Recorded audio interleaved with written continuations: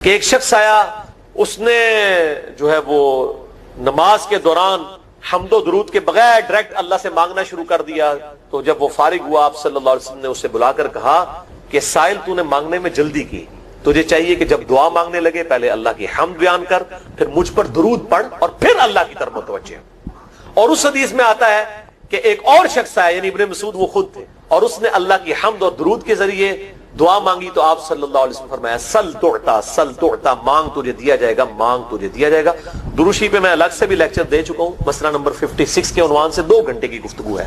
درود شریف کے صحیح فضائل اور صحیح احکام و مسائل بڑی ڈیٹیل کے ساتھ ہر اینگل سے درود شریف کے حوالے سے آپ کو وہ سمجھ لیں کہ انسائکلوپیڈیا ہے وہ لیکچر، مسئلہ نمبر 56 اہل سنت پاک .com پہ.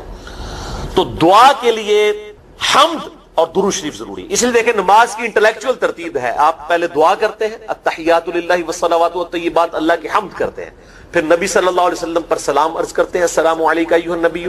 اس کے بعد آپ درود پڑھتے ہیں اور اینڈ پہ آپ دعا مانگتے ہیں، اللہم انی اعوذ بک من عذاب جہنم ومن عذاب القبر ومن فتنة المحیا والممات ومن شر فتنة المسیح الدجال. یا اللہم ربنا آتنا فی الدنیا حسنة وفی الآخرة حسنة وقنا عذاب النار.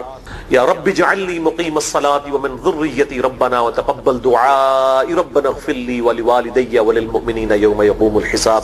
کوئی بھی دعائیں مانگیں، یہ بھی مانگیں جو میں وظائف بتا رہا ہوں، کیونکہ بخاری اور مسلم کی متفق علیہ حدیث ہے. مشکات میں آپ کو تشہد والے چیپٹر میں حدیث مل جائے گی کہ نماز میں تشہد میں درود کے بعد جو چاہو اپنے رب سے مانگو، یعنی عربی میں مانگنا ہوگا. دعائیں مانگیں، دعائیں معصورہ کتاب و سنت میں جتنی ہیں وہ مانگیں. اس کے علاوہ بھی مانگ سکتے ہیں اگر الفاظ درست ہوں لیکن عربی زبان میں. تو یہ پہلا وظیفہ جامعہ ترمذی میں انٹرنیشنل نمبر کے مطابق 3505، مشکات میں 2292 نمبر یہ حدیث ہے. اور قرآن حکیم میں تو ہم پڑھ چکے ہیں، سورۃ الانبیاء آیت نمبر 87 اور 88 میں آپ صلی اللہ علیہ وسلم نے ارشاد فرمایا کہ یونس علیہ السلام نے مچھلی کے پیٹ میں اپنے رب کو ان الفاظ کے ساتھ پکارا تھا، لا الہ الا انت سبحانک انی کنت من الظالمین. اور پھر آپ صلی اللہ علیہ وسلم نے فرمایا کہ جو کوئی شخص اپنے کسی بھی معاملے میں کسی بھی پریشانی میں اس دعا کے ذریعے اللہ کی طرف متوجہ ہو، اللہ تعالیٰ اس کی دعا کو قبول فرما لیتا ہے. اور قرآن میں بھی آ گیا نا کذالک ننجی المؤمنین. اور کتنا بڑا فتویٰ آیا ہے میرے بھائیوں، سورہ الصافات 143 144، فلولا انہ کان من المسبحین، اگر یونس ہمیں ان الفاظ میں ہماری تسبیح نہ کرتا، للبث فی بطنہ الی یوم یبعثون، تو مچھلی کے پیٹ میں قیامت تک مچھلی کے پیٹ میں رہتا اگر اس طرح نہ ہمیں پکارتا، اس کی قبر مچھلی کا پیٹ بن جاتی. یعنی یہ اتنا عطاب، اور وہ دور ہو گیا اس دعا سے، بہت بڑے اسماء اعظم میں سے. تو یہ بہترین دعا، بہترین وظیفہ، اسماء اعظم میں سے بہترین چیز، اور سب سے بڑھ کر جو میں نے بات کی کہ بہترین استغفار، اللہ سے توبہ مانگنے کا بہترین ذریعہ. اور کس طریقے سے، اے اللہ تو پاک ہے نا، تجھ سے تو غلطی نہیں ہوگی، میں بندہ ہوں غلطی کروں گا، اللہ نے تو معاف کرنا ہے نا، کیونکہ جب بندے نے اپنی عاجزی کا اظہار کر لیا ہے اور اللہ تعالیٰ کو بتایا اللہ یہ تیری کوالٹی ہے، تو غلطی نہیں کرتا، تو میں تو انسان ہوں غلطی کروں گا. تو یہ ہے پہلا وظیفہ. دوسرا وظیفہ وہ بھی جامعہ ترمذی میں انٹرنیشنل نمبر کے مطابق 3524 نمبر حدیث ہے، لیکن ترمذی کا طریق جو ہے وہ ضعیف ہے. یہ میں پہلے بتا دوں، امام ترمذی نے ساتھ لکھا ہے یہ روایت کمزور ہے، لیکن ضروری نہیں ہوتی کہ روایت اگر ترمذی میں کمزور ہے تو کہیں اور وہ روایت صحیح نہیں موجود ہے. اس کی صحیح سند المستدرک للحاکم میں انٹرنیشنل نمبر کے مطابق 1862 نمبر موجود ہے، اور سنن نسائی الکبریٰ میں 10492 نمبر ہے، اور مشکات میں بھی 2454 نمبر حدیث ہے انٹرنیشنل نمبر کے مطابق. تو صحیح سند المستدرک للحاکم اور سنن نسائی الکبریٰ کے اندر موجود. اور وہ وظیفہ ہے انس بن مالک کہتے ہیں اور سعد بن ابی وقاص کہتے ہیں رضی اللہ تعالی عنہما وعلیہم السلام کہ آپ صلی اللہ علیہ وسلم کو جب کبھی کوئی تکلیف یا پریشانی پہنچتی تو آپ صلی اللہ علیہ وآلہ وسلم ہمیشہ ان الفاظ میں اپنے رب کو پکارا کرتے ہیں، یا حی یا قیوم برحمتک استغیث، اے خود سے زندہ ہر چیز کو تھامنے والے، میں تیری رحمت کے ساتھ تیری مدد کا سوال کرتا ہوں. استغیث بولیں گے نا الف کے ساتھ حمزہ کے ساتھ تو یہ سنگولر کا صیغہ ہوگا، اور اگر ہم بولیں گے نستغیث نون کے ساتھ تو یہ جمع کا صیغہ بن جائے گا. یہ میں اس لیے بتا رہا ہوں، لوگ پوچھ رہے ہوتے ہیں جی بعض جگہ لکھا ہوتا ہے جناب نستغیث، بعض جگہ لکھا ہوتا ہے استغیث، کیا کریے؟ وہ نستغیث جمع کا صیغہ بنا لیا جاتا ہے. جیسے دعا ہے سنن ابی داؤد میں اللہم اجرنی من النار، لیکن اگر جمع کا صیغہ بنائیں گے تو اللہم اجرنا من النار ہو جائے گا. اس طریقے سے دعائے قنوت کے الفاظ ہیں اللہم اہدنی فی من ہدیت، تو جمع کا صیغہ ہوگا اللہم اہدنا فی من ہدیت. یہاں پر بھی ہے یا حی یا قیوم برحمتک استغیث سنگولر کا صیغہ، اور نستغیث پلورل کا صیغہ، جمع کا صیغہ. کتنی بہترین دعا ہے. اے خود سے زندہ ہر چیز کو تھامنے والے، میں تیری رحمت کے ساتھ تیری مدد کا سوال کرتا ہوں. تو یہ بھی اسماء اعظم میں سے ہے. سنن نسائی الکبریٰ کے اندر صحیح سند کے ساتھ 10,492 اور المستدرک الحاکم میں 1,862 نمبر. اب یہاں پہ میں ایک ضمناً بات بتا دوں سنن نسائی الکبریٰ کے بارے میں، چونکہ اکثر لوگ پوچھتے ہیں.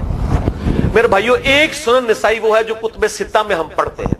اس میں یہ کتاب لکھی ہے امام احمد بن شعیب نسائی رحمہ اللہ تعالی المتوفی 303 ہجری.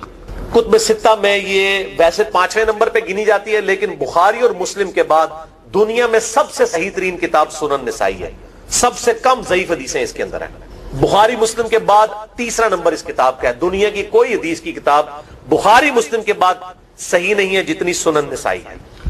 سنن نسائی جو ہمارے پاس کتب ستہ میں ہے نا، اس میں ہے 5,761 احادیث انٹرنیشنل نمبر کے مطابق. اور یہ ساری انٹرنیشنل کتابیں عربی میں، انگلش میں اور اردو میں ہماری ویب سائٹ اہلسنتپاک.com پہ فری اس کا PDF موجود ہے، آپ ڈاؤن لوڈ کر سکتے.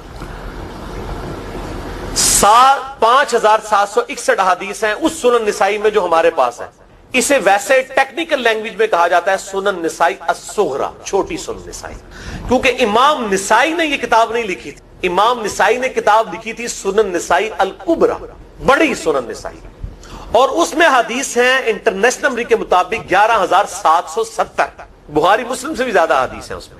لیکن یہ امام نسائی کے ایک شاگرد تھے امام ابن السنی، انہوں نے اس کو مختصر کر کے نا چھوٹی کتاب بنا دیا، اور اب پبلک میں یہی چھوٹی کتاب مشہور ہے. اس کی وجہ سے جب ہم سنن نسائی الکبریٰ کا آپ مشکات میں دیکھیں گے نا تو وہ فرق نہیں کرتے ہیں. جب وہ سنن نسائی کا حوالہ دیتے ہیں نا تو آپ کو نسائی میں وہ ملے گا بھی نہیں، وہ الکبریٰ میں ہوتا ہے، کیونکہ وہ اس تفریق کو مانتے نہیں. وہ تو سنن نسائی الکبریٰ کو سنن نسائی مانتے ہیں، جبکہ ہماری پبلک جو ہے وہ سنن نسائی، وہ میں اب حوالہ دے رہا ہوتا ہوں کہ جی سنن نسائی الکبریٰ میں 9,928 نمبر حدیث ہے کہ جو آیت الکرسی پڑھ لے فوراً بعد کسی بھی نماز کے فرض کے فوراً بعد تو مرتے ہی جنت میں داخل ہوگا. تو لوگ کہتے ہیں جناب نسائی تے حدیث ہیں جناب 5,761 نے، تسی 9,928 کی تمہیں دس دیو. تو میں ساتھ حالانکہ بول رہا ہوتا ہوں سنن نسائی الکبریٰ، میں نے کبھی اس کے بغیر نہیں بولا. تو الکبریٰ سے آپ کا دماغ تو کام کرنا چاہیے. الکبریٰ کیوں بول رہا ہے ساتھ؟ کوئی صغریٰ بھی ہے جس کی یہ الکبریٰ ہے بڑی، اور ہمارے گرین کارڈ میں یہ وظیفہ لکھا ہوا ہے الکبریٰ کے ساتھ. اسی طریقے سے جو میرا وہ واقعہ کربلا کے اوپر 150 اسناد پر مشتمل پمفلٹ ہے، ریسرچ پیپر نمبر 5B واقعہ کربلا کا حقیقی پس منظر 72 صحیح الاسناد احادیث کی روشنی میں. 72 کا تو ٹائٹل ہے شہدائے کربلا کی نسبت سے، احادیث اس میں 150 ہیں. اس میں اکثر حدیثوں کے حوالے میں نے سنن نسائی الکبریٰ سے دیے ہوئے ہیں. وہ لوگ کہتے ہیں مل ہی نہیں رہی ہے، تو میرے بھائی وہ سنن نسائی الکبریٰ آپ کے پاس ہوگی تو آپ کو ملے گا نا. تو سنن نسائی الکبریٰ الگ سے وہ اصل کتاب ہے، اس میں سے سنن نسائی الصغریٰ بنائی گئی ہے. اسی سنن نسائی الکبریٰ کا چیپٹر ہے خصائص علی، جس میں 194 حدیث ہیں. سیدنا مولا علی رضی اللہ تعالیٰ عنہ علیہ السلام کی شان میں امام نسائی نے ناسبیوں کے خلاف وہ کتاب کا وہ چیپٹر لکھا. وہ خصائص علی چیپٹر ہے سنن نسائی الکبریٰ کا. اس طریقے سے فضائل صحابہ بھی امام نسائی کی جو کتاب ہے وہ بھی اسی کتاب کا چیپٹر. اسی طریقے سے عمل الیوم واللیلہ، صبح و شام کے جو اذکار ہیں وہ چیپٹر بھی اسی سنن نسائی الکبریٰ میں سے ہے. اسی میں یہ وظیفہ ہے کہ جو آیت الکرسی فرض نماز کے فوراً بعد پڑھتا ہے تو مرتے ہی جنت میں داخل ہوگا. میں نے اس کتاب کے اس چیپٹر کا حوالہ نہیں دیا، وہ الگ سے بھی چیپٹر چھپا ہوا ہے، جس طرح خصائص علی الگ سے ہے، فضائل صحابہ الگ سے ہے. خصائص علی تو ہمیں ہماری ویب سائٹ پہ بھی موجود ہے اہلسنتپاک.com پہ. فضائل صحابہ بھی اردو ترجمے اور تحکیم کے ساتھ چھپ چکی ہے. اور یہ عمل الیوم واللیلہ، دن رات کے جو اذکار ہیں، یہ بھی الگ سے عربی میں چھپی ہوئی ہے. تو میں اس کا حوالہ نہیں دیتا، میں سنن نسائی الکبریٰ کا کہتا ہوں 9,928 آیت الکرسی کا وظیفہ. تو یہ سنن نسائی الکبریٰ کا میں نے حوالہ دیا ہے یا حی یا قیوم برحمتک استغیث 10,492 صحیح طریقہ ہے. بعض اوقات کسی ایک کتاب میں ضعیف، ترمذی کا اس کا طریق جو ہے وہ ضعیف ہے. سنن نسائی الکبریٰ اور المستدرک للحاکم کا طریق جو ہے وہ بالکل صحیح ہے. جس طریقے سے سنن ابی داؤد اور سنن ابن ماجہ میں کتاب النکاح چیپٹر میں حدیث ہے اگر میں سجدہ جائز سمجھتا تو بیویوں کو کہتا کہ اپنے خامدوں کو سجدہ کریں اس حق کے سبب جو اللہ نے ان کو دیا ہے. تو ابو داؤد اور ابن ماجہ کی روایت ضعیف ہے. اس میں شریک القاضی مدلس ہے اور ان سے روایت کر رہے ہیں, اور مدلس کی ان والی روایت سما کی تصریح کے بغیر ضعیف ہوتی ہے. لیکن ہم اس حدیث کو صحیح کہتے ہیں کیونکہ اس سما کی تصریح سنن البہیقی کے اندر موجود ہے, الکبریٰ. تو ہم پھر اس کی بنیاد پہ کہتے ہیں چونکہ وہاں پر صحیح لہذا اس کو ہم کہتے ہیں شواہد کی بنیاد پہ صحیح. یہ میں آپ کو ٹیکنیکل چیزیں بتا رہا ہوں, یہ وہ چیزیں جو آپ کے کئی وہ جو بڑے بڑے علماء پڑھ کے فارغ ہوتے ہیں ان کو بھی یہ باتیں نہیں پتا ہوتی ہیں. وہ کہتے ہیں جناب آپ کتوں پڑھے ہو, اور میں کہنا پائی میرے آئنسٹائن تے نیوٹن کو کسی مدرسے تو پڑھنے کی ضرورت نہیں ہوتی. نیوٹن 8ویں کلاس ہی نسیا ہوا ہے. آج نیوٹن ہوتے پی ایچ ڈی ہوتی فزکس کی. مجھے غامدی صاحب کا جملہ یاد آیا, اس سے کسی نے پوچھا کہ یہ جو روایتی علماء ہیں اور مولانا مودودی آپ ان کو کیسے دیکھتے ہیں. ان کا روایتی علماء جو ہیں یہ تو مدرسوں کے سٹوڈنٹس اور فاروق تحصیل ڈگری ہولڈر ہیں, اور مودودی صاحب جو ہیں ان کی مثال تو آئنسٹائن اور نیوٹن والی ہے, ان کے اوپر پی ایچ ڈیز ہوتی ہیں. گاڈ گفٹڈ صلاحیتیں. ان مدرسوں کی آؤٹ پٹ مودودی صاحب اور ڈاکٹر سرار, ڈاکٹر ذاکر نائک اور احمد دیدار صاحب تو نہیں ہو سکتے. یہ گاڈ گفٹڈ صلاحیتیں ہوتی ہیں. تو میں اس لیے ساتھ ساتھ کلیئر کر رہا ہوں تاکہ یہ جو ایمبیگوٹیز آتی ہیں اس حوالے سے وہ کلیئر ہو جائیں. بہرحال یہ دوسرا وظیفہ ہو گیا. اب تیسرا وظیفہ جو ہے کمال وظیفہ, صحیح بخاری میں موجود, انٹرنیشنل نمبر کے مطابق 4563 نمبر. ابن عباس رضی اللہ تعالی عنہما کہتے ہیں وعلیہم السلام, وہ کہتے ہیں کہ سیدنا ابراہیم علیہ السلام کو جب آگ میں پھینک رہے تھے نا, تو ابراہیم علیہ السلام نے اس وقت کہا تھا حسبنا اللہ ونعم الوکیل, ہم نے اللہ ہی پر بھروسہ کیا اور وہی بہتر کارساز ہے. اور تمہارے نبی صلی اللہ علیہ وسلم کو بھی جب مصیبت اور پریشانی آتی تھی وہ بھی پڑھا کرتے تھے حسبنا اللہ ونعم الوکیل, ہم نے اللہ ہی پر بھروسہ کیا اور وہی بہتر کارساز ہے. اس کے اندر وہ شعر جو بنا دیا نا, نعم المولا و نعم النصیر, ویسے الگ سے آیت ہے, الگ سے آیت ہے, لیکن یہ شعر نہیں بنانا, بس اتنا ہی وظیفہ ہے حسبنا اللہ و نعم الوکیل. اور یہ جو انہوں نے کہا کہ نبی صلی اللہ علیہ وسلم بھی یہ کہتے تھے, اس کا ذکر الحمدللہ قرآن میں بھی موجود ہے, اس سے بھی بڑھ کر سورہ آل عمران کی 173 نمبر آیت میں ہے کہ جب نبی صلی اللہ علیہ وسلم اور اہل ایمان کو یہ خبر پہنچی کہ کافر ان کے خلاف سازشیں کر رہے ہیں, تو نبی اور اہل ایمان نے پکارا حسبنا اللہ و نعم الوکیل. تو حسبنا اللہ و نعم الوکیل قرآن کی آیت بھی ہے, اور یہ ہے وہ آیت, وظیفہ قرآن میں آیا ہوا ہے. یہ آل عمران 173 اور صحیح بخاری 4563. اور مجھے بڑا وجد آیا کہ ابراہیم علیہ السلام کو جب آگ میں پھینکنے لگے تھے انہوں نے اس وقت اللہ کو ان الفاظ کے ساتھ حسبنا اللہ و نعم الوکیل. اچھا, یہ جتنے بھی وظیفے ہیں نا میرے بھائیوں, ان کا فائدہ اسی وقت ہے جب آپ کو ترجمہ بھی ان کا آتا ہوگا, ورنہ آپ روزانہ جتنی مرضی تسبیح کھینچتے رہے کوئی فرق نہیں پڑے. اس لیے میرا ایک پرسنل مشورہ ہے کہ جب بھی یہ وظیفے پڑھے نا آپ, اردو ترجمہ بے شک آتا بھی ہو رہا ہے, ایک دفعہ اپنی زبان میں اس کو ریپیٹ کریں. یعنی آپ پڑھیں حسبنا اللہ و نعم الوکیل, میں نے اللہ ہی پر بھروسہ کیا اور وہی بہتر کارساز ہے. آپ دیکھیں یہ صوت القرآن چینل میں جب وہ عربی چل رہی ہوتی ہے, جیسے ہی وہ مراج الدین خان کا ترجمہ شروع ہوتا ہے نا, کیسے کب کبھی تاری ہو جاتی ہے, کیونکہ ہماری زبان میں بات ہو رہی ہوتی ہے نا. ابھی ابھی تو نہیں قیام اللیل میں رو رہے ہوتے, ان کی زبان میں بات ہو رہی ہوتی ہے, اپنی زبان کا اثر ہوتا ہے. اسی طریقے سے آپ لا الہ الا انت سبحانک انی کنت من الظالمین, یا حسبنا اللہ و نعم الوکیل, یا حی یا قیوم برحمتک استغیث, جو بھی وظیفے پڑھیں نا, ایک دفعہ ان وظیفوں کو جب آپ الگ سے دعا مانگ رہے ہوں اس وقت اس کو آپ اپنی زبان میں بھی دہرائیں. اور اس کے لیے کوئی تسبیح نہیں کھینچنے کی ضرورت کہ آپ نے اتنے 100 دفعہ پڑھنا ہے. تسبیح تو ویسے ٹھیک ہے, وہ آپ استعمال کر سکتے ہیں, لیکن آپ چلتے پھرتے اٹھتے بیٹھتے ہر وقت جس حالت میں بھی, اور صحیح مسلم میں حدیث ہے کہ یہ جو وظائف ہیں ان کے لیے تو کوئی وضو بھی کیا, غسل بھی پروٹوکول نہیں ہے. ہم عائشہ کہتی ہیں نبی صلی اللہ علیہ وسلم حالت جنابت میں بھی اللہ کو یاد کر لیا کرتے تھے. صحیح مسلم میں حدیث موجود ہے, جنابت والے چیپٹر میں, ہر حال میں اللہ کو یاد کرتے تھے. اور جو قرآن میں بھی دعائیں یا اذکار آئی ہیں نا, جب آپ حالت جنابت میں بھی اس کو کریں گے نا تو اس پہ قرآن کا حکم نہیں لگے گا.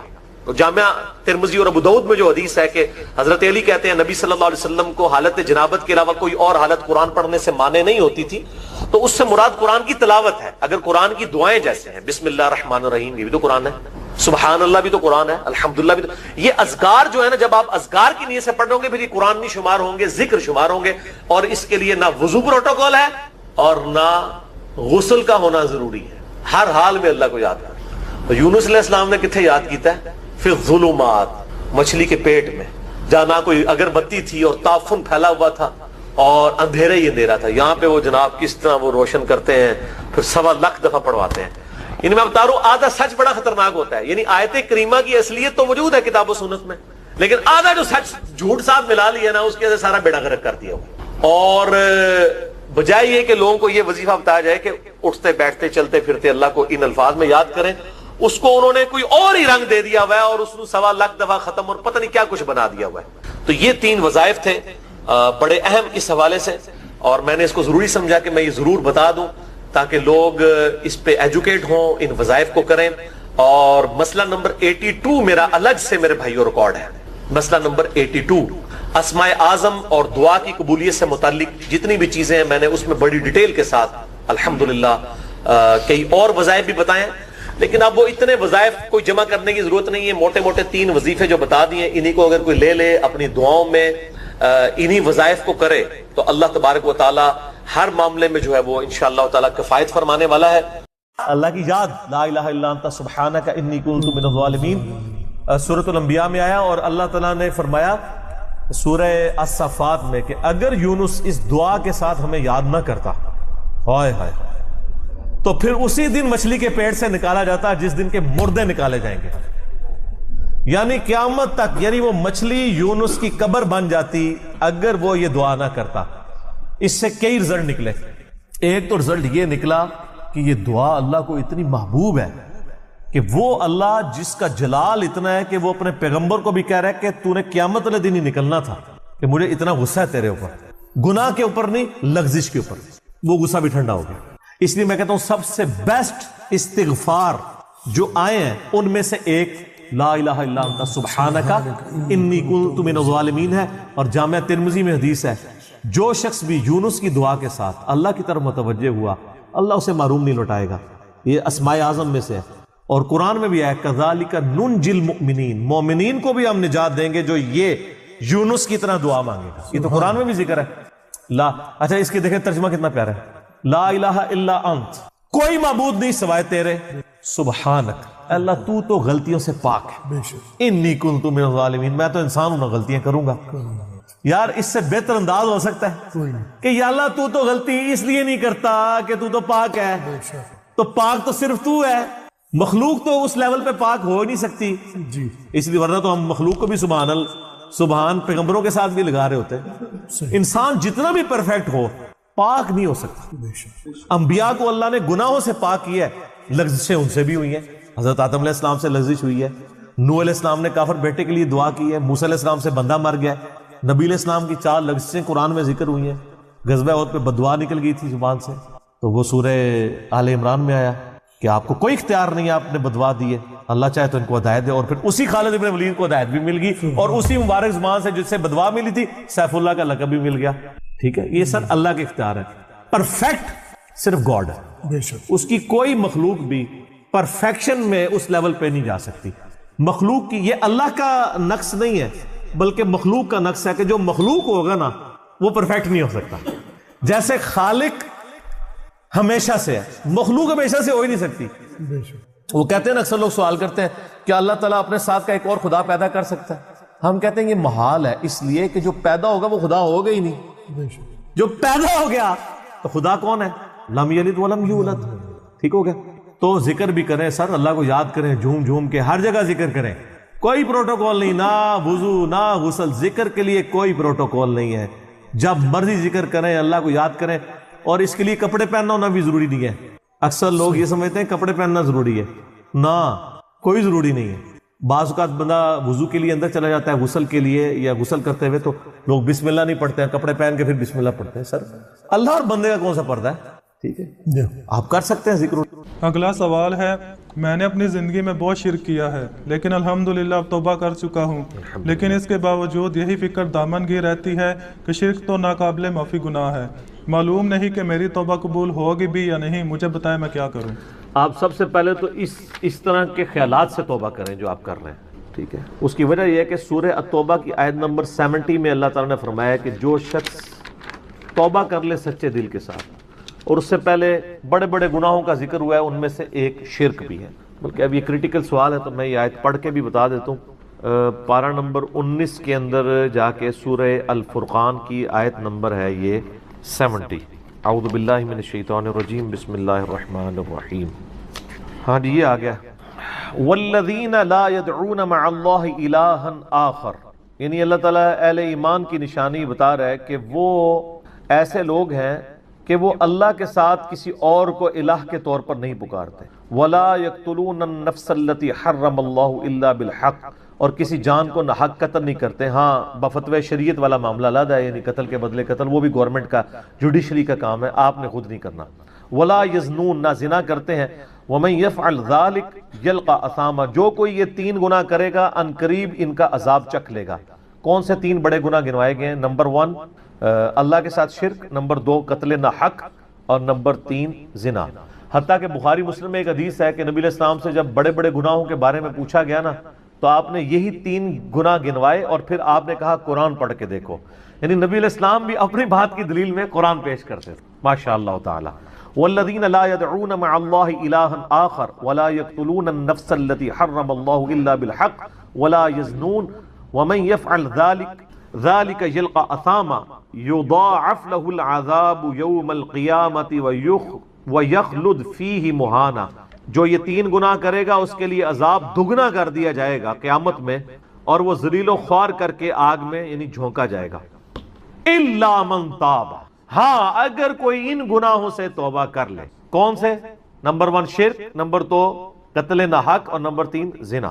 وآمن وعمل عملا صالحا، اور ایمان لے آئے، یعنی ایمان تو پہلے بھی ہوگا نہیں، صحیح والا ایمان، اور نیک عمل کرے۔ فَأُولَئِكَ يُبَدِّلُ اللَّهُ سَيِّئَاتِهِمْ حَسَنَات، تو پھر ایسے شخص کے گناہوں کو بھی اللہ تعالیٰ نیکیوں سے بدل دے گا۔ صرف معافی نہیں سر، جتنے بڑے بڑے گناہ تھے اسی لیول کی بڑی بڑی نیکیاں۔ وَكَانَ اللَّهُ غَفُورًا رَحِيمًا، اور اللہ تعالیٰ تو بخشنے والا مہربان ہے۔ وَمَن تَابَ وَعَمِلَ صَالِحًا، جو کوئی توبہ کرے اور نیک اعمال کرے، فَإِنَّهُ يَتُوبُ إِلَى اللَّهِ مَتَابًا، تو اللہ تعالیٰ کہتا ہے کہ میرے ذمہ ہے اس کی توبہ کو قبول کرنا، یعنی اللہ تعالیٰ نے اپنے اوپر خود سے واجب کیا، حالانکہ اللہ تعالیٰ کسی چیز کا پابند نہیں ہے کہ جو میری طرف رجوع لائے گا میں اسے ضرور معاف کروں۔ تو اگر کسی شخص کو اس طرح کا وہم آتا ہے نا، اور یہ وہم اس لیے بھی آ رہا ہوتا ہے، بعض اوقات لوگ یعنی اس کا ترجمہ کرتے ہوئے بالکل لفظی ترجمہ کر رہے ہوتے ہیں۔ قرآن حکیم کی آیات چونکہ پورے کانٹیکسٹ کے ساتھ ہوتی ہیں، بیک گراؤنڈ میں آیات نازل ہوئی ہوتی ہیں، لہٰذا میں جب بھی ان آیات کا ترجمہ کرتا ہوں نا، جب اسپیسیفکلی شرک کو ایڈریس کر رہا ہوتا ہوں، میرا لیکچر نمبر ہے مسئلہ نمبر 3 دعا صرف اللہ ہی سے، اور سچ پیپر بھی ہے اس کے اوپر، تو ہم یہ ترجمہ جو ہے نا یہ آیت ان اللہ لا یغفر ان یشرک بہ، بے شک اللہ اس گناہ کو کبھی معاف نہیں کرے گا کہ کوئی شخص اللہ کے حضور قیامت والے دن اس حال میں پیش ہوا کہ اس نے دنیا میں شرک کیا ہوا، یعنی بغیر توبہ کے وہ مرا۔ وَيَغْفِرُ مَا دُونَ ذَلِكَ لِمَن يَشَاءُ، اور شرک کے علاوہ ہر گناہ معاف کر دے گا، وہ بھی اوپن لائسنس نہیں، جس کے لیے چاہے گا۔ یعنی جو شخص شرک سے توبہ کیے بغیر گیا نا، اس کی تو توبہ ہے ہی نہیں قیامت۔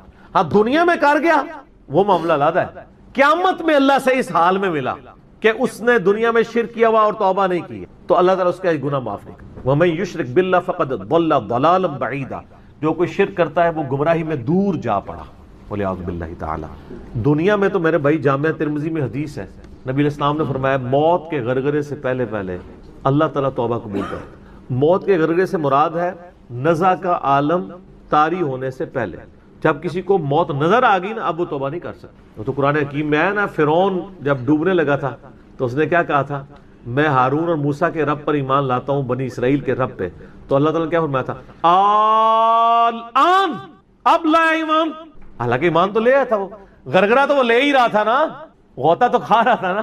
تو موت کے غرغرے سے مراد ہے نزع کا عالم طاری ہونے سے پہلے۔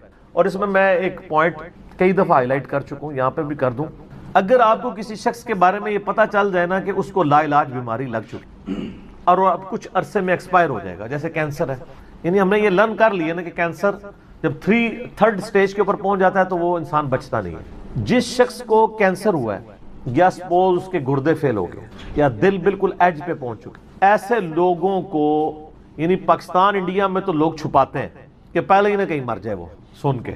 کتنی حیران کن بات ہے کہ مسلمان جس کے لیے موت ایسٹ ہونی چاہیے، چلو کافر کو تو سمجھ آتا ہے، اس نے تو دنیا ہی کمائی ہے نا، مسلمان بھی مرنے سے پہلے مر جاتے ہیں موت کا سن کے، ایسا تو نہیں ہونا چاہیے اصولاً۔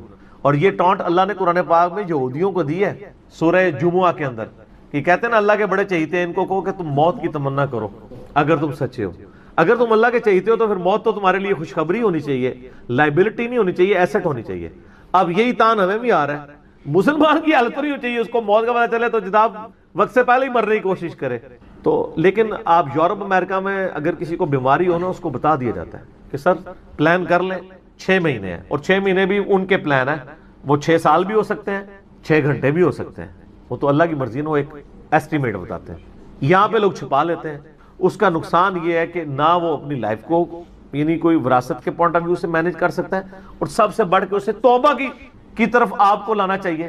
میں تو کہتا ہوں جی کسی کو کینسر ہو گیا ہے، ابھی اس میں موت کا غرغرہ نہیں آیا، کو کینسر ہوا ہے نا، پتہ نہیں کب مرنا ہے، ٹھیک ہے نا، نزع کا عالم بھی نہیں ہے، اس کو سب سے پہلے بتائیں کہ بھئی تمہیں لا علاج بیماری ہے، تمہاری ڈیتھ کسی بھی وقت ہو سکتی ہے، اللہ کی طرف رجوع لاؤ۔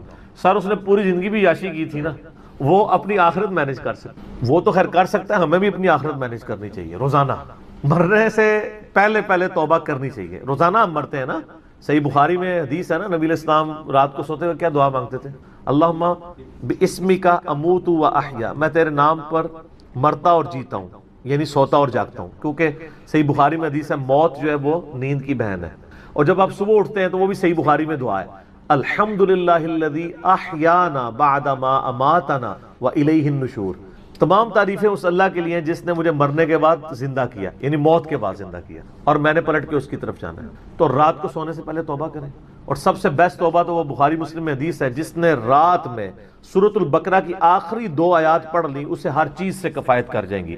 آمن الرسول بما انزل الیہ من ربہ والمؤمنون کل آمن باللہ وملائکتہ وکتبہ ورسلہ لا نفرق بین احد من رسلہ وقالوا سمعنا واطعنا غفرانک ربنا والیک المصیر لا یکلف اللہ نفسا الا وسعها۔ آنورڈ، اس میں تجدید ایمان بھی ہے، اللہ پر ایمان، کتابوں پر، فرشتوں پر، اس کے بعد دعائیں ہیں، ربنا لا تؤاخذنا ان نسینا واخطانا، اس کے اندر توبہ شامل ہے۔ سب سے بیسٹ تجدید ایمان جو ہے سورہ بقرہ کی آخری 2 آیات ہیں، اور یہ ہمارے وظیفے میں ہم نے بلو کارڈ کے اوپر بھی لکھا ہے کہ نبی علیہ السلام نے فرمایا، اور یہ حدیث بخاری مسلم دونوں میں، جو شخص رات کو سونے سے پہلے سورۃ البقرہ کی آخری 2 آیات پڑھ لے، اس میں جو کچھ اللہ سے مانگا ہے وہ اس کو دے دیا جائے گا، یہ بھی الفاظ ہیں۔ تو اس میں کیا کچھ مانگا ہوا ہے؟ تو تجدید ایمان۔ پھر صحیح بخاری میں حدیث ہے کہ نبی علیہ السلام فرمایا جو صبح یقین کے ساتھ ایک دفعہ پڑھ لے سید الاستغفار، اور شام سے پہلے اگر مر گیا سیدھا جنت میں جائے گا، اور اگر شام کو پڑھ لیا پورے یقین کے ساتھ، یقین سے مراد ہے کہ باقی توبہ کا اس کا ارادہ ہوا، صبح سے پہلے مر گیا سیدھا جنت۔ اللہم انت ربی لا الہ الا انت خلقتنی وانا عبدک وانا علی عہدک ووعدک ما استطعت اعوذ بک من شر ما صنعت ابوء لک بنعمتک علی وابوء بذنبی فاغفر لی فانہ لا یغفر الذنوب الا انت۔ یہ سید الاستغفار ہے۔ تو یہ وہ ہے توبہ جو روزانہ کرنی چاہیے، نزع سے پہلے یعنی صبح پہ پڑھے، شام کو پڑھے۔ بلکہ مسند البزار میں صحیح سند کے ساتھ ہے کہ نبی صلی اللہ علیہ وآلہ وسلم ہر فرض نماز کے بعد بھی سید الاستغفار پڑھتے ہیں، ہر فرض نماز کے بعد۔ ایک تو ہم پڑھتے ہیں نا اللہ اکبر استغفر اللہ استغفر اللہ استغفر اللہ اللہم انت السلام منک السلام تبارک یا ذا الجلال والاکرام، اس کے بعد آپ سید الاستغفار آیت الکرسی بھی پڑھیں، آیت الکرسی کے بارے میں بھی آیا ہے سنن نسائی الکبریٰ کے اندر صحیح سند کے ساتھ، ہم نے گرین کارڈ میں ڈالا ہے کہ جو شخص آیت الکرسی فرض نماز کے فوراً بعد پڑھے گا مرتے ہی جنت میں جائے گا، لیکن نماز پڑھے گا، خالی آیت الکرسی نہیں، نماز کے فوراً بعد، تو نماز بھی اس کو پڑھنا چاہیے۔ تو اس طرح یعنی تجدید ایمان والا یہ معاملہ بھی کرنا چاہیے، اور یہ وہم ہی نہیں بننا چاہیے کہ اللہ تعالیٰ معاف نہیں کرے گا۔ صحیح بخاری اور مسلم دونوں میں حدیث ہے کہ میں اپنے بندے کے گمان کے قریب ہوں، جو بندہ میرے لیے گمان کرتا ہے میں ویسا ہوں اس کے لیے۔ جو شخص یہ کہتا ہے اللہ مجھے معاف نہیں کرے گا تو اس کو واقعی اللہ معاف نہیں کرے گا، اور جو کہے گا کہ اللہ تعالیٰ مجھے معاف کر دے گا اسے اللہ معاف کر دے گا۔ تو انشاءاللہ تعالیٰ یہ کبھی ایسا نہیں کرنا چاہیے اللہ تعالیٰ سے نا امیدی والا معاملہ۔ آپ اپنے رب کے وعدوں پر، نبی صلی اللہ علیہ وسلم کے وعدوں پر یقین رکھیں کہ جس شخص نے سچے دل سے توبہ کی ہے اس کی نہ صرف توبہ قبول ہوگی سورۃ الفرقان آیت نمبر 70 کے تحت، بلکہ اس کے گناہوں کو بھی نیکیوں سے بدل دیا جائے گا۔ تو اللہ تعالیٰ رجوع لانے والوں کو پسند فرماتا ہے، بار بار رجوع لاتے رہنا چاہیے، اللہ تعالیٰ سے اپنے آپ کو آزاد نہیں کرنا چاہیے، نیکی کی ہو یا نہ کی ہو، گناہ کیا ہو یا نہیں کیا، یہ علیحدہ سے بات ہے۔ نبی علیہ السلام سے بڑھ کر کون نیک ہو سکتا ہے؟ صحیح بخاری میں حدیث ہے کہ میں بھی روزانہ 70 سے زیادہ دفعہ اپنے رب کی طرف استغفار لے کے آتا ہوں، استغفر اللہ و اتوب الیہ، نبی علیہ السلام۔ اور یہ 70 کا عدد آپ نے کثرت کے لیے بولا ہے، عربی میں 70 کا مطلب 70 ڈیجٹ نہیں ہوتا، 70 کا مطلب 1000 دفعہ بھی ہو سکتا ہے، 10,000 دفعہ بھی ہو سکتا ہے، 100 دفعہ بھی ہو سکتا ہے، کثرت کے لیے بولا جاتا ہے۔ تو استغفار تو بندے کی ضرورت ہے، یہ اللہ سے ایک نیکی ہے، اور ہر چیز کے ساتھ استغفار اٹیچ ہے۔ آپ دیکھیں کہ محفل سے اٹھنے کی جو دعا ہے اس میں استغفار ہے، سبحانک اللہم وبحمدک اشہد ان لا الہ الا انت استغفرک واتوب الیک، سنن نسائی میں حدیث ہے۔ پھر سنن نسائی الکبریٰ میں حدیث ہے کہ نبی علیہ السلام وضو کے بعد بھی یہ دعا پڑھتے تھے، سبحانک اللہم وبحمدک اشہد ان لا الہ الا انت استغفرک واتوب الیک، اور فرمایا یہ پڑھ لو تو یہ اللہ تعالیٰ قیامت کے دن تک کے لیے اس کو سنبھال کے رکھ دے گا، تمہیں اس کے عوض نیکیاں ملیں گی، ٹھیک ہے نا۔ تو رجوع اللہ، استغفار، ہر وقت اللہ کی طرف رجوع لاتے رہنا چاہیے۔ اور سب سے بیسٹ یہ ہے کہ نماز کے تشہد کی آخری جو دعائیں والا پورشن ہے نا، اس میں استغفار مانگیں، کیونکہ صحیح بخاری میں حدیث ہے جب درود شریف تشہد میں پڑھ چکو اس کے بعد جو چاہو اپنے رب سے مانگو۔ سجدوں میں بھی مانگیں، صحیح مسلم میں حدیث ہے سجدے میں انسان اپنے رب کے سب سے زیادہ قریب ہوتا ہے، تم خوب رب سے دعائیں مانگا کرو۔ اور نبی علیہ السلام نے دعا بھی سکھا دی ہے، بخاری اور مسلم دونوں میں ہے کہ نبی علیہ السلام رکوع اور سجدے میں پڑھتے تھے سبحانک اللہم وبحمدک اللہم اغفر لی، یہ ہمارے وہ اذکار میں لکھا نا، سبحانک اللہم وبحمدک اللہم اغفر لی، تو اس میں دعا ہی ہے نا۔ پھر دو سجدوں کے درمیان میں رب اغفر لی رب اغفر لی ہے۔ سر استغفار تو ہر جگہ ہی چل رہا ہوتا ہے، تو اللہ کی طرف رجوع لائیں اور اللہ سے امید رکھیں۔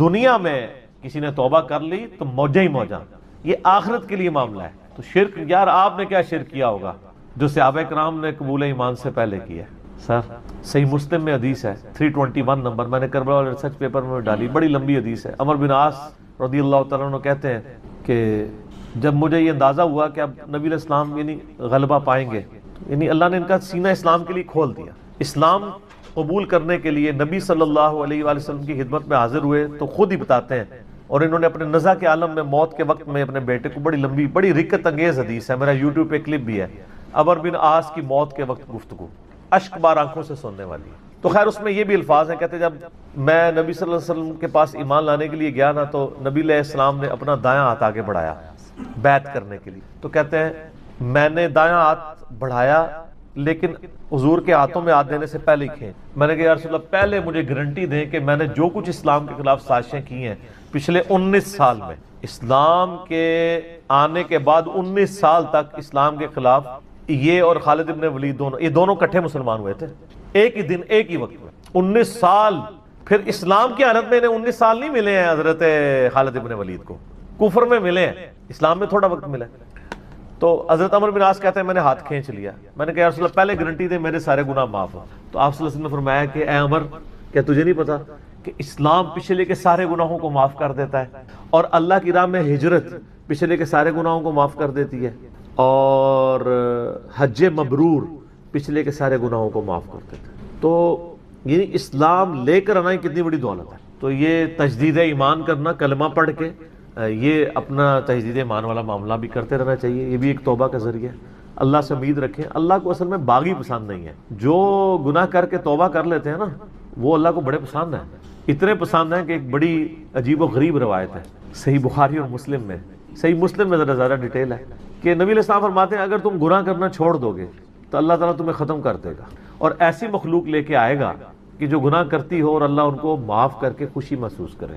اچھا اس کو بعض لوگوں نے دوسری طرف لے لیا، ان کا جی اللہ تعالیٰ گناہوں سے بڑا خوش ہوتا ہے، نہیں نا، اصل میں یہ بتانا چاہ رہے تھے نبی صلی اللہ علیہ وآلہ وسلم کہ انسان کے اندر بلٹ ان فالٹ رکھا گیا ہے کہ وہ غلطی کرے گا، اصل مسئلہ یہ ہے کہ وہ آدمی بنے۔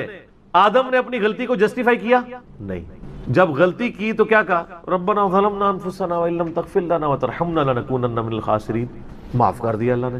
شیطان نے اپنی غلطی کی جسٹیفیکیشن دینا شروع کر دی، میں ایسے بہتر ہوں، تو نے اس کو مٹی سے بنایا، مجھے آگ سے بنایا ہے، میں اس کو کیسے سجدہ کروں۔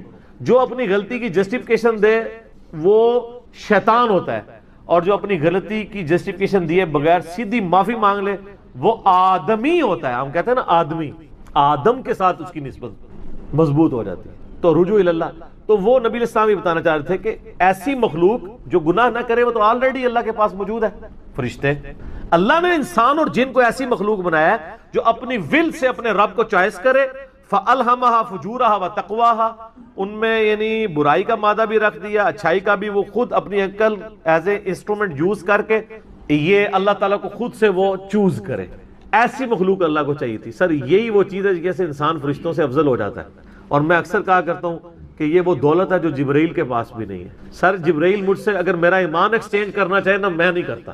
جبرائیل نے خدا کو مانا ہے خدا کی مرضی سے اور میں نے خدا کو مانا ہے اپنی مرضی سے. اس کا کوئی ایکویلنٹ نہیں. اسی لیے انسان اشرف المخلوقات. اسی لیے انسان کو اللہ نے اتنا درجہ ہے فرشتے سے بہتر انسان بننا، مگر اس میں لگتی ہے محنت زیادہ. انسان بنے، آدمی بنے، یہ نہ ہو کہ اولئک کالانعام بل ہم اضل، جو سورۃ الاعراف میں ہے کہ وَلَقَدْ ذَرَأْنَا لِجَهَنَّمَ كَثِيرًا مِنَ الْجِنِّ وَالْإِنسِ، جنوں اور انسانوں کی اکثریت دوزخ کے لیے ہی پیدا ہوئے ہیں. یہ اللہ نے ایکسپرٹ اوپینین دیا، یہ نہیں ہے کہ میں نے دوزخ کے لیے ان کو بنایا. ساتھ یہ ہے کہ ہم نے ان کو کام دیے تھے، یہ سنتے نہیں، سننے کا سا نہیں سنتے. آنکھیں دی تھی دیکھتے نہیں، دیکھنے کا سا دیکھتے نہیں، یعنی عبرت والا. اور عقل دی تھی، دل دیے تھے. آپ عقل کر لیں ترجمہ، دل کر لیں، وہ سوچتے نہیں ہیں. اولئک کالانعام بل ہم اضل، یہ تو چوپایوں کے مانند ہے بلکہ ان سے بھی بدتر ہیں، جو آنکھ کان اور عقل کو یوز کر کے حق بات تک نہیں پہنچتے. ولا تقف ما لیس لک بہ علم، 10 کمانڈمنٹس میں سے 9 کمانڈ کیا ہے؟ سورہ بنی اسرائیل آیت نمبر 36. انسان کسی چیز کی پیروی اس وقت تک مت کرنا جب تک تجھے اس کے بارے میں ڈیفینیٹ علم حاصل نہ ہو جائے. ان السمع والبصر والفؤاد کل اولئک کان عنہ مسئولا، بے شک کان، آنکھیں اور عقل ان کے بارے میں پوچھا جائے گا. تم نے ان کو یوز کر کے حق بات تک پہنچنے کی کوشش کیوں نہیں کی ہے؟ اچھا ہم کوشش ماشاءاللہ کر رہے ہیں لیکن دنیا میں حق بات تک پہنچنے کی. میں آپ سے ایک چھوٹا سا سوال کرتا ہوں. آپ موٹر بائک پہ جا رہے ہو، دن کے وقت آپ نے ہیڈ لائٹ کھولی ہوئی ہو، سامنے سے آپ کو کوئی یوں اشارہ کرے تو آپ اسے گالی سمجھیں گے؟ فوراً ہیڈ لائٹ آف کریں گے. لیکن معذرت کے ساتھ آپ کوئی دینی غلطی کر رہے ہو اور آپ کو کوئی ہائی لائٹ کرے تو آپ اس دینی غلطی کے ہائی لائٹ ہونے کو اسی اشاری کی طرح سمجھیں گے یا آگے سے اس کو پڑھ دیں گے؟ جہاں تو یہی ہوتا ہے، پڑھ جاتے ہیں. اسی لیے اکثر لوگ بتانا ہی چھوڑ گئے ہیں. وہ کہتے ہیں یار کہ دسیے کتنے بوڑھے ہو چکے ہیں، وضو کرنے کا طریقہ نہیں، یہاں تک صرف بازو اوپر کیا ہوتا ہے، ان کو پتہ نہیں کونیوں سمیت دھونا ہے. سال لوگ دیکھ رہے ہوتے ہیں، کہتے ہیں یار چھوڑو. حالانکہ وہی بندہ اس وقت گڑھے میں گرنے لگے نا تو کتنے لوگ اس کو پکڑانے کے لیے آ جائیں گے، کیونکہ وہ فزیکلی نظر آ رہا ہوگا نا. آخرت کا گڑھا نظر نہیں آ رہا نا، انسان کہتا ہے خیر ہے. یہی ہمدردی ہماری آخرت کے پوائنٹ آف ویو سے بھی ہونی چاہیے، اور یہی حوصلہ ہمیں سننے کے اعتبار سے بھی ہونا چاہیے. میں اکثر کہتا ہوں کہ دنیا میں اگر آپ کو کوئی گالی دے کے بھی آپ کے دنیا کے نفع کی کوئی بات کرے نا، فلانا ٹنگیا تو اتنے بیٹھے ہیں، ادھر تو اناؤنسمنٹ ہوئی ہے کہ جناب جو اپنا شناختی کارڈ لے کے آ جائے تو اس کو راشن فری مل رہا ہے، تو آپ کو اس دوست کی گالی یاد آئے گی کہ یار بڑی مہربانی، بعد میں بھی آ کے بھی شکریہ ادا کریں گے. لیکن وہی دوست آپ کو پیار محبت سے بات سمجھائے کہ یار یہ تم غلط کر رہے ہو، آپ اس کو کتے کی طرح پڑ جاتے ہیں. اور کوئی نہیں تو کہتے ہیں اس کو تمیز ہی نہیں بات کرنے کی. دنیاوی طور پہ وہ گالی نکال کے بھی دنیاوی فائدے کی بات کرے تو آپ تمیز کو نہیں دیکھتے، اور آپ کے آخرت کے فائدے کی بات وہ لجاجت سے بھی کرے تو آپ کہتے ہیں تمیز سے نہیں بات کر رہا. اصل میں آپ نے خود کبوتر کی طرح آنکھیں بند کی ہوئی ہیں، بلی کو غائب کرنا چاہتے ہیں لیکن بلی غائب نہیں ہوگی، تھوڑی دیر بعد آپ کی گردن مروڑ لے گی. بولے اعوذ باللہ تعالیٰ. یعنی یہ ایک انسان کے اوپر ایک موت کی تلوار تو لٹک رہی ہے نا. ٹھیک ہو گیا جی. تو ان کو کہ بے فکر ہے، توبہ قبول ہے انشاءاللہ تعالیٰ. اگلا سوال، کیا فرض نماز کے بعد 3 بار استغفر اللہ کے بعد ایک دفعہ سید الاستغفار بھی پڑھ سکتے ہیں؟ یہ بدعت تو شمار نہیں ہوگا. نہیں، کوئی بدعت نہیں ہوگا. صحیح مسلم میں حدیث ہے کہ نبی علیہ السلام فرض نماز کے بعد 3 دفعہ استغفر اللہ پڑھتے تھے اور پھر ایک دفعہ پڑھتے تھے اللہم انت السلام و منک السلام تبارکت یا ذا الجلال والاکرام. اور بخاری اور مسلم دونوں میں ہے کہ فرض نماز کا مکمل ہونا نبی علیہ السلام کی ہم تکبیر کی آواز سے پہچانتے تھے، یعنی بلند آواز سے آپ اللہ اکبر کہتے تھے. پہلے ایک دفعہ اللہ اکبر بلند آواز سے کہنا ہے، پھر 3 دفعہ آہستہ آواز میں استغفر اللہ. یہ ہمارے اہل حدیث بھائی جو ہیں اس سنت پہ عمل کر رہے ہیں لیکن وہ استغفر اللہ بھی اونچا بولتے ہیں. استغفر اللہ اونچا بولنا خلاف سنت ہے، صرف اللہ اکبر بلند آواز سے. اور دوسری طرف علماء عرب ہیں، انہوں نے اپنے اذکار کارڈ میں سے اللہ اکبر نکال ہی دیا ہوا ہے، وہ صرف استغفر اللہ پڑھتے ہیں. اور جب ان سے پوچھیں کہ یار اللہ اکبر نہیں پڑھتے، وہ کہتے ہیں نہیں، یہ جو بخاری مسلم میں ہے نا کہ نبی علیہ السلام بلند آواز سے تکبیر پڑھتے تھے تو تکبیر سے مراد استغفر اللہ ہے. دیکھیں آپ بندہ کو ضد میں، استغفر اللہ کس عربی ڈکشنری میں تکبیر ہے؟ اگر آپ نہیں مانتے تو ہم آپ کو علم الکلام اور فقہ والا جواب دیتے ہیں. بخاری مسلم میں حدیث ہے، حضرت ابو ہریرہ کہتے ہیں کہ نبی علیہ السلام جب نماز شروع کرتے تو تکبیر کہتے، جب رکوع میں جاتے تو تکبیر کہتے، جب رکوع سے سر اٹھاتے تو سمیع اللہ لمن حمیدہ ربنا ولک الحمد کہتے، جب سجدے میں جاتے تو تکبیر کہتے، جب سجدے سے سر اٹھاتے تو تکبیر کہتے. تو کیا وہ استغفر اللہ کہتے تھے؟ کہتے نہیں، وہ اللہ اکبر ہی ہوتا تھا. تو بخاری مسلم میں جو ہے کہ نماز کا ختم ہونا میں تکبیر کی آواز سے پہچانتا تھا، تو وہ بھی پھر استغفر اللہ نہیں، تکبیر ہی ہے. یہ میں نے فقی علماء عرب کو بھی دی تھی اور وہ بڑے ضد میں ہیں. وہ کسی کارڈ کے اوپر ان سے جو عربی کارڈ بھی چھپ کے آتے ہیں نا، آپ لوگ اگر دیکھیں نا، وہ اللہ اکبر نہیں لکھا ہوتا. یہ تو شکر ہے دارالاسلام والوں نے، چونکہ انٹرنیشنلی سب سے بڑا ادارہ ہے اہل حدیث کا، انہوں نے جو اذکار والے چھاپے ہیں اس میں اللہ اکبر چھاپا ہے، تو یہ عام ہوا ہے. ورنہ پاکستان کے اہل حدیث بھی اس کے اندر مبتلا ہو گئے تھے. اب ایون یہاں جو عرب ملکوں سے اہل حدیث آتے ہیں نا، وہ اللہ اکبر نہیں اونچا کہتے ہیں، وہاں پہ ٹرینڈ نہیں ہے، وہ سنت ہی کھا گئے ہوئے ہیں. دیکھو ایک سوال میں کتنے جواب دیتے ہیں. تو استغفر اللہ کے بعد آپ سید الاستغفار پڑھ سکتے ہیں. بخاری میں حدیث ہے، جو بندہ سید الاستغفار صبح کے وقت ایک دفعہ پڑھ لے پورے یقین کے ساتھ، یہ انٹرنیشنل نمبر کے مطابق ہے 6306. ٹھیک ہے جی، ابھی تو میں جوان ہوں. اللہم انت ربی لا الہ الا انت خلقتنی وانا عبدک وانا علی عہدک ووعدک ما استطعت اعوذ بک من شر ما صنعت ابوء لک بنعمتک علی وابوء بذنبی فاغفر لی فانہ لا یغفر الذنوب الا انت. جو صبح کے وقت پورے یقین سے پڑھ لے، مرن شام سے پہلے مر گیا تو جنتی، اور جو شام کو پڑھ لے صبح سے پہلے پڑھ گیا تو جنتی. یہ صبح شام کے اذکار بلو کارڈ میں ہمارا یہ ذکر موجود ہے. آپ یہ سید الاستغفار فرض نماز کے بعد پڑھ سکتے ہیں، بلکہ سنت بھی ہے. گرین کارڈ میں ہم نے نہیں ڈالا ہوا، جگہ نہیں تھی. مسند البزار میں صحیح سند کے ساتھ یہ حدیث موجود ہے کہ نبی علیہ السلام فرض نماز کے بعد بھی ایک دفعہ سید الاستغفار پڑھتے تھے. تو نہ صرف یہ جائز ہے بلکہ سنت ہے.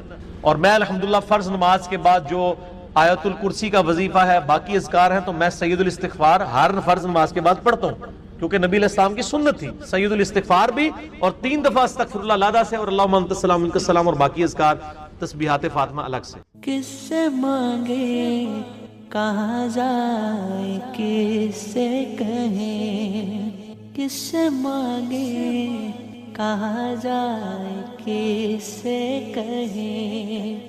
اور دنیا میں حاجت روا کون ہے،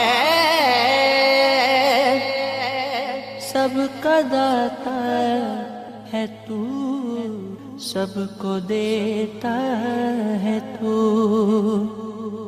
تیرے بندوں کا تیرے سوا کون ہے، کس سے مانگے کہاں جائے، کس سے کہیں. کون مقبول ہے، کون مردود ہے، بے خبر کیا خبر، تجھ کو کیا کون ہے. جب تو لیں گے عمل سب کے میزان پر، جب تو لیں گے عمل سب کے میزان پر، تب کھلے گا کہ کھوٹا کھرا